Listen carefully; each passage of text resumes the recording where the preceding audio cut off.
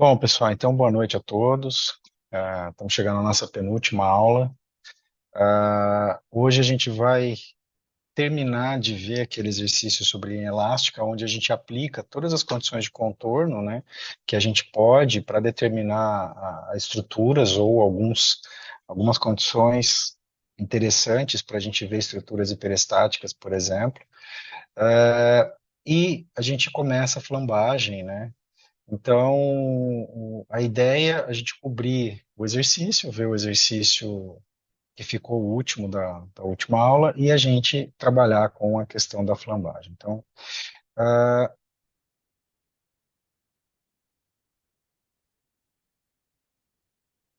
estão vendo a minha tela? Sim, Então, vamos lá. Bom, o que acontece? Eu quero pegar agora para essa estrutura aqui, ó, ou para algum sistema estrutural, para o qual eu reduzo ele para algumas condições, né? Ele é constituído por uma viga contínua. Tá? Essa viga contínua é engastada nas duas pontas. Além disso, ela tem uma sustentação por um tirante T aqui, tá? Um elemento que foi atirantado nessa estrutura para ela poder se sustentar, né? E eu quero calcular quanto vale a força no tirante T. O que acontece já olhando para esse sistema estrutural, eu já consigo verificar algumas coisas. Isso aqui, ó, olhando para esse cara aqui, para essa viga, né? Eu tenho já que, por equilíbrio, se eu fosse olhar somente a questão do equilíbrio, quando eu tenho uma estrutura, eu precisaria que, se eu conseguisse resolver, o resolver é calcular essa estrutura pelas condições de equilíbrio, somente as equações de equilíbrio, eu encontrar as reações de apoio para eu poder traçar diagrama, encontrar todos os esforços internos nessa estrutura. Tá? E aí eu quero agora, olhando para esse cara aqui, eu já consigo ver que ele não vai ter é, condições de eu pegar todos os esforços. Por quê? Porque essa estrutura, de uma maneira geral, ela é hiperestática. Tá? Então, quando eu olho a questão da hiperestaticidade, eu já sei que só com equilíbrio não vai. Se ela fosse para eu calcular, o que aconteceria? Para uma estrutura para ela ser isostática, eu precisaria fazer aquela continha lá da primeira aula, aplicar a condição da continha e falar, olha, se eu tenho a mesma quantidade de barras de vinculação, barras vinculares, igual ao número de incógnitas do meu problema, ela é isostática. Nesse caso aqui, como eu tenho somente eu teria uma chapa, se eu imaginar uma chapa, só o fato de ter dois engastes aqui, eu já teria uma hiperestática, tá? Se eu quisesse verificar quantas vezes hiperestática essa estrutura é, para uma viga, uma chapa simples, eu preciso de três condições três chapas barras vinculares. Então, só esse lado aqui, só o engaste já me forneceria as três. Então, eu já estaria coberto com questão de barras vinculares.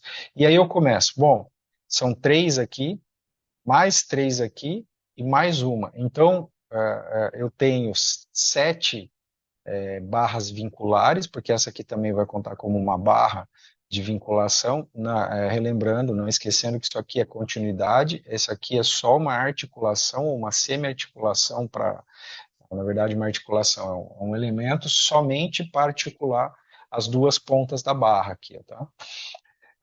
Então eu teria sete barras vinculares e eu preciso só de seis, de três. Então essa estrutura ela é quatro vezes hiperestática. Então eu já não vou sair do problema ali, mas ainda assim eu posso começar a montar as condições de contorno e tentar montar com as condições de equilíbrio o meu problema, tá?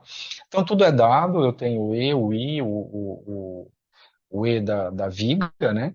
O E do tirante, a área desse tirante, agora eu quero verificar a força que está chegando nele, né?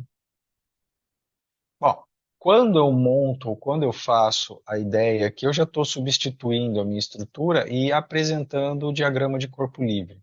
O que vai acontecer? Olha, eu tenho uma reação horizontal aqui na extremidade A, uma reação vertical nesse ponto que eu estou chamando de A, né, à esquerda, e um momento em A. Porque pelo efeito da minha estrutura, quando eu puxo essa carga P, ele vai tender a puxar essa barra para baixo, aparece um momento superior aqui, um momento em cima, né, nessa região. E depois eu tenho aqui uma VB do outro lado, um HB e um MB, tá? Na outra extremidade, além da minha força T, que é a força do tirante, né? Então, aqui montando o diagrama de corpo livre, eu vejo que eu tenho 7 incógnitas e só tem 3 equações elásticas para fazer. Como que eu vou montar agora toda essa situação? Vou começar fazendo o equilíbrio, que é sempre o processo de base, né? Quando a gente começa qualquer situação, a gente começa montando pelo equilíbrio. Então, quando eu pego o equilíbrio, o que vai acontecer? Somatório de forças na horizontal. Eu vou tirar HB, HA mais HB, os dois estão no sentido, e aqui a gente adota o nosso sentido. Não se esqueçam que é uma adoção do que é um sentido positivo para efeito de equilíbrio. Então, estou colocando como se a minha força da esquerda para a direita ela é o positivo neste caso. Tá?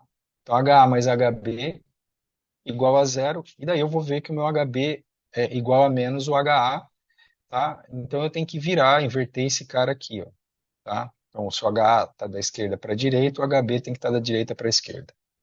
É, somatório de forças na vertical, e de novo, aqui eu estou considerando o meu sentido positivo, isso para efeito do equilíbrio, tá? O positivo